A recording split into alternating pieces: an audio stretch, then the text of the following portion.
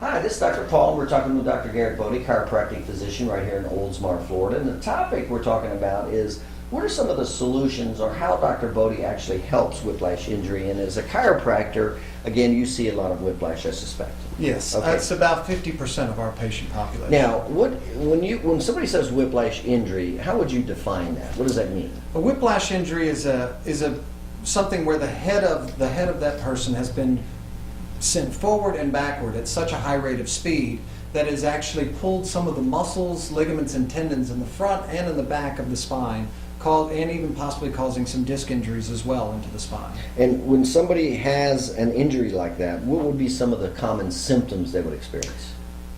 Symptoms you see are going to be things like pain, sometimes pain radiating away from the spine if a disc has been affected. You may see things like headaches, stiffness, blurred vision, ringing in the ears, loss of ability to move from side to side, that reduced ranges of motion. Things like that are usually going to be your most common signs. What's the danger of somebody having those types of symptoms and not having it checked or treated?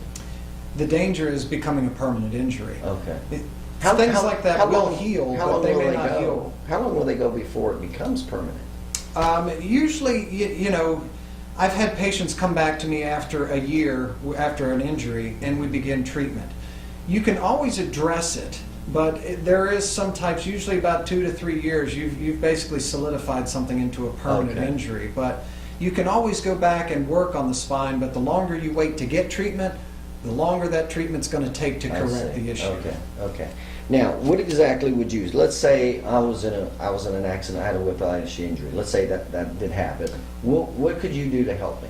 First and foremost, any patient that comes through our office, we're going to do a thorough physical examination to determine exactly the extent of those injuries and that whiplash injury and what all is involved within that injury. By doing that thorough exam, orthopedic test, neurological test, and some radiographic x-rays to determine that, we can really pinpoint that injury. Once we've pinpointed the injury, then we move into some types of therapies to help really heal that patient of their problem. The most common therapy that we're going to utilize is chiropractic manipulative adjustments, where we actually realign those misaligned bones of the spine caused from this trauma to alleviate the excessive pressure onto the disc or the nerve root or the surrounding tissues. So the chiropractic adjustment can actually get those bones moving back to normal? Absolutely. Okay, so that's something you use. What's another treatment you would use? Another common treatment is massage. With auto injuries or whiplash type injuries where the muscle has had a severe trauma, the first thing the body does as a reaction to trauma is to tighten up and stiff down. It's your body's innate reaction to protect itself against further trauma. The problem with that tightening down is if it's left there a long time, that shortening in the muscle causes scar tissue formation, and then at the end of once the body finally heals, if they didn't get treatment, then you notice a patient has this real restricted range of motion. They can't move properly.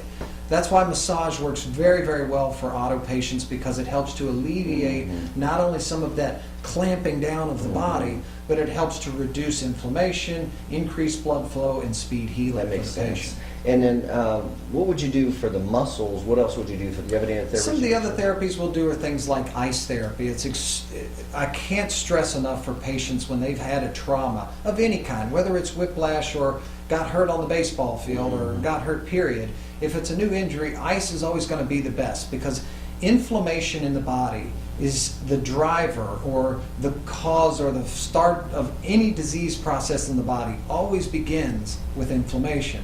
And if you can quell or keep that inflammation from forming, you can really help to reduce the time it's going to take to heal and also increase the chances of a better healing process. So that's your initial protocol, is to work on the pain and inflammation? Yeah, absolutely. And what are besides the ice therapy, what are some other therapies you would use to decrease pain and inflammation? We use some things like interferential therapy, which is a type of a therapy we use that kind of gives a neurological pain block, if you will.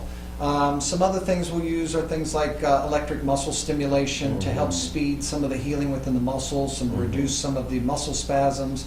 We mentioned massage.